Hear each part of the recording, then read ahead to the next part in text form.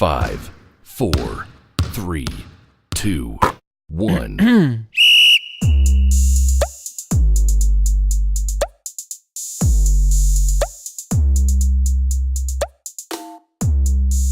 Thanks for tuning in to All Swish No Ish. Here is your host, Cody McBalla. Hey, thanks for tuning in to the second episode of the All Swish No Ish podcast. Today I have a great show for you. I'm going to be interviewing a current high school student athlete and getting their take on their experience and what they think can be changed at the high school level to help athletes better succeed inside and outside the classroom as well. But before I get to that, I would like to thank everybody that supported the show in its first episode. I got some great feedback from people on Facebook and Instagram. Courtney Bolos left a comment that said she loved it. Clayton Combs is hungry to get on the show as a guest, and we'd be happy to have him on at a future episode. And Lucas Pavey was gracious enough to retweet the show and help us reach more listeners. So thank you guys for that. I would also like to give a shout out to Olivia. You have an email. She listened to the podcast on YouTube and reached out and said that she enjoyed the stories and was motivated and inspired by them. And I love hearing that. So I just wanted to say thank you, Olivia, and I hope you continue to listen to the show. And if anybody else out there has any questions or comments or any topics they'd like me to cover on a show, please reach out to me. I'm very open to suggestions and willing to deliver what the fans want to hear. You can reach me through several media platforms. On Twitter, our @handle is @McBalla Training. On Facebook, YouTube, and Instagram, the handle is @McBalla Sports Training. I encourage you to look us up, give us a like, follow us. We appreciate that greatly. Also, our content is kept up to date on our website. That is mcballasports.site123.me. There you can stay up to date with latest articles that I've written, podcast updates, and social media feeds are on there as well. You can become the expert on all things McBalla by visiting that page. Old and new episodes of this podcast can also be found on YouTube, SoundCloud, Spotify, and in the iTunes store as well. Who's there? So I've kept him waiting long enough. It is time to welcome in our first guest to the show. He is 16 years old, left-handed, and drives a Mustang that's sweeter than his jump shot. I'm talking about the one and only Deacon Preck, aka Deke the Greek Freak. How's it going, man? It's going. It's going. Are you enjoying your summer? Yeah, I'd say I'm enjoying my summer. Yeah. How long have you been off? Like a week? Yeah, about a week. Yeah, and I've heard you have already had a couple hot dates. Yep, that's the truth. Nice. Cheerleaders, hopefully. Yeah, not wrong. Okay, so let's dive into the questions here. So first up, for the people that don't know Deke the Greek Freak, what sports do you play in high school? I play soccer, and I used to play basketball. Okay. And with those sports, what was the time commitment like? And based off that time commitment, do you think it affected your grades positively or negatively in any way? Okay, well, for both sports, practices were every day after school for 2 hours normally. And after games, you'd get home late and still have homework to finish. But I'd say sports affect my grades negatively because they are very time-consuming and demanding. And this is coming from the guy who's currently ranked number 1 in his high school class. Is that correct? At the moment, yes. So you're saying if those weren't that demanding, you'd be number 1 by a wider margin. Could be true. Weird flex, but okay. So, on top of the athletes struggle to get homework late at night and have to stay up later than most students, do you see staff members at school, like teachers, athletic directors, whoever, treating students any differently than they do? Do you see them treating student athletes any differently than regular students? Yes. It's not that noticeable, but they tend to be more friendly to student athletes. So it's not at the level of like if a student athlete had a game the night before, they would give that person like another day to finish homework. No, I haven't noticed that at all. Gotcha. I know some college programs, the higher levels, they have the options to do that. So I didn't know if your high school did that or not. Yeah. So next, with the coaches, at least in the sport that you played and interacted with, is the emphasis within that sport focused on winning, or are they more focused on every student athlete within that sport and helping them any way they can, like on the court or on the field and also in the classroom? So that would depend on the sport you play. But for basketball at our school, it's they definitely try to help better the students on and off the court. And what about soccer? Soccer seems to be soccer cares more about winning. Gotcha. Which you guys do win a lot, I've heard. Yeah. So, am I correct in thinking that you played, so you're a sophomore now in high school, you're going to be a junior after the summer. Yeah. Last summer after your freshman year in high school, you played AAU basketball? Yes. And what would you say is the difference between AAU basketball and like school year ball? Because I know a lot of people, if they haven't played AAU, they don't understand what the difference is and why it interests people more than school ball. So for me, AAU was individual skill training, while school ball revolved more around the team and playing together. And which one did you like more? I thought AAU was more fun, probably because practices weren't as often, and it took place in the summer, so I didn't have to focus on my schoolwork. Okay, understandable. So in case listeners can't tell by the way we're talking, he did decide not to play basketball his sophomore year, and he also didn't play AAU ball this summer either. So I'm just wondering, why did you finally decide to quit playing basketball? Because you have ever since 5th grade. Well, I really enjoy playing basketball, except our high school soccer team has a lot of potential, and I wouldn't have quit AAU basketball if it wasn't for that, so I'm playing club soccer now in the summer. Do you regret quitting and not playing basketball this past year? Yes, I definitely regret quitting basketball. And why is that? Basketball just created a lot of memories for me. Good ones or bad ones? Both, but good to have. What would it take for you to play high school basketball again? So if the athletic director or the school board came to you and said, Deacon, we need you on this team, what can we do to get you to come back? What would your answer be? For me to play again, practices would have to be shorter and definitely less demanding, because normally we're there for 2 hours or 2.5 if we lift weights.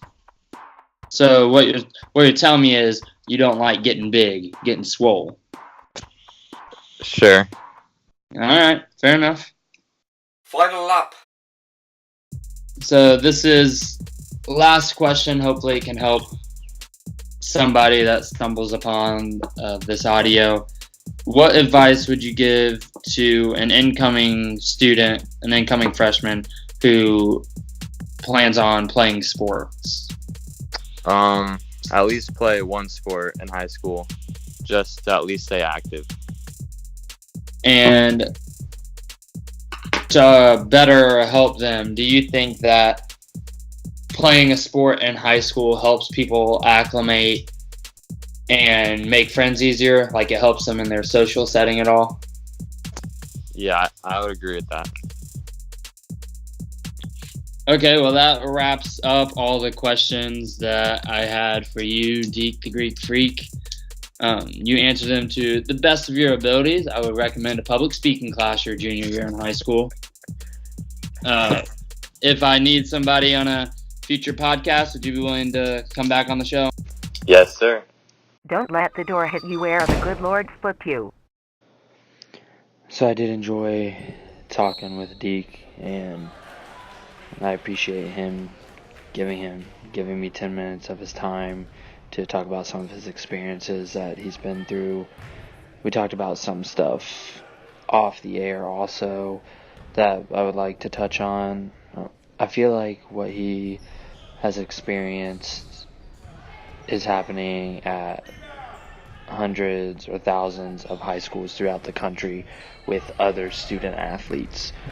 Here was a individual that you could tell from the interview he really loved basketball and soccer, and he felt like the academic stresses that came with being a student athlete at the high school level, he had to choose one sport. So what did he do? He chose the sport where he felt like they had the best chance to win a state championship within the next couple years while he's in school. It's not even, I didn't get the vibe from him that he even liked soccer more than basketball. It was just the idea that, well, if I'm going to pick one sport to play, I'm going to pick the one sport that I feel like we can get a banner for our school. So that was why he chose soccer. And I think that's a shame that kids at the age of 14, 15, 16, 18 years old, they're having to choose at such a young age to specialize in a sport so that they can achieve some level of stardom in their teenage lives. And studies also show that athletes are better off development-wise and to reduce their risk of injury throughout their athletic careers if they play multiple sports at the high school level. And I know a lot of college coaches, even they prefer to recruit players that they know play more than one sport because it means they're versatile and that their risk for injury at the next level is drastically reduced. Anybody that knows me knows that I am a huge Ohio State football fan.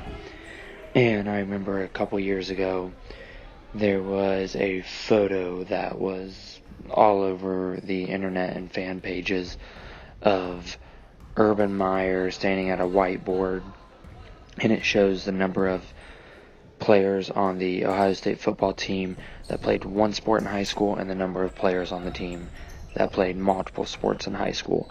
And it was like for every one player that played one sport, there were 3 players that played multiple sports. So there is a tendency for coaches to look for athletes that have that experience in multiple sports. I've seen the science behind it during my undergraduate degree. I took several classes and we dove into the statistics and everything. I understand that there's a burnout effect and everything, but when we live in today's society where so much emphasis is put on getting that scholarship so that kids can go to college and get the financial help they need to help themselves later in life, I would be one to argue that specializing at a younger age is more beneficial than playing multiple sports. But I will save that argument for another day because that's something that I could use for a whole podcast. For those of you wondering, like I was, if Deacon is one of those AAU players that got millions of dollars to play, he sadly did not. No. He did say, though, that if people were throwing hundreds of thousands of dollars at him to play AAU basketball, that he definitely would have played this summer. So, if that ever happens, Deke, you got to split it with me. Alright, McBalla could use some of that cash flow. Give it to me. And lastly, one thing that me and Deacon were conversing about was the fact that he was talking about the time commitment that it takes to play basketball as compared to soccer. And he was talking about how you heard it in that final segment where practice was 2 hours and 2.5 hours when you added in weights. And he was just saying that whether or not that was before or after school, it just took away from their sleep and their ability to get their homework done in a timely manner. And as an example, he said that school just got out a couple weeks ago on a Wednesday. And he said that the next day, Thursday morning at 5 o'clock, the basketball team was starting their off-season conditioning for the summer. And I could understand how that would be daunting for kids at the high school age, but I also see what future employers or parents look at that same situation and see it differently. I work a job right now where I wake up at between 5 and 5:30 every day. So doing that schedule in high school would have helped prepare me for the adult world where my body was already used to getting up and functioning at a high level at that time of the day. So I could see, there'd be some parents or even employers throughout the town of where his high school is, and they'd be looking at a resume thinking, okay, this kid played this sport. I know that the coach there has a very strict training regimen, so I know that this employee is going to be less likely to call off or call in sick, rather than if I just went with someone that, wasn't very active in sports maybe, but was in clubs, they might have a higher tendency to not show up for work or be more dedicated. So there's two ways to look at that. The way I look at it is, if you love the sport, it shouldn't be that hard to get up. But I also, again, in high school, never played two sports as Deacon did his freshman year. So thank you again for joining me for the second episode of the All Swish No Ish podcast with Cody McBalla. If you haven't already, I encourage you to look me up on social media. I'm on Twitter at handle McBalla Training, on Facebook, YouTube, Instagram. The @ handle is McBalla Sports Training. Follow my page, give it a like, let me know through a message or a comment if there's any topic you'd like me to cover for the next show. Looking forward to some more feedback.